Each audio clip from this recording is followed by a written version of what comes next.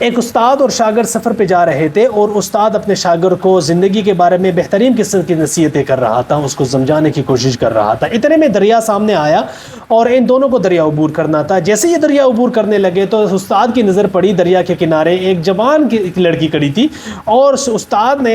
لڑکی کے پاس چلے گئے اور لڑکی سے پوچھا کہ کیا مسئلہ ہے۔ لڑکی نے کہا کہ دریا عبور کرنا ہے لیکن نہیں کر سکتی۔ استاد نے اس لڑکی کو اپنے کندھے پہ بٹھایا